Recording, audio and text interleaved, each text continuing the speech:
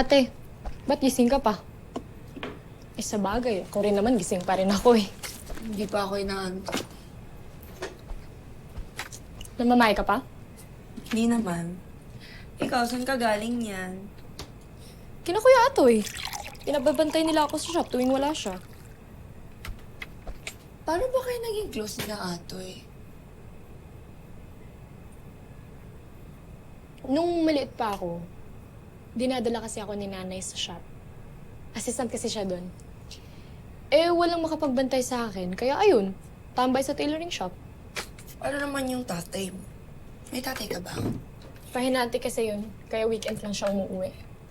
Eh, si ate, kumusta naman si ate? Mabait ba siya? Type mo siya, no? Lo! Oo. Halata ka na eh. Oo, di ba? Sabi ko talaga. Type mo talaga, oh. Okay. Oo, didiretsuhin na kita. It's a yes, it's a no, it's a yes, it's a yes. Type ko siya. Bakit may mali ba? Wala namang mali doon. Malaki ka na. Pwede ba nang gawin ko anong gusto mo? Alam mo, gusto mo maging close sa kanya? Mag-apply ka bilang assistant sa shop niya.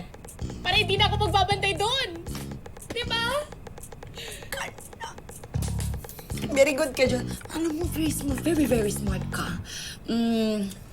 Wala pa pala akong trabaho, so kailangan ko pa magtrabaho, so... This is it.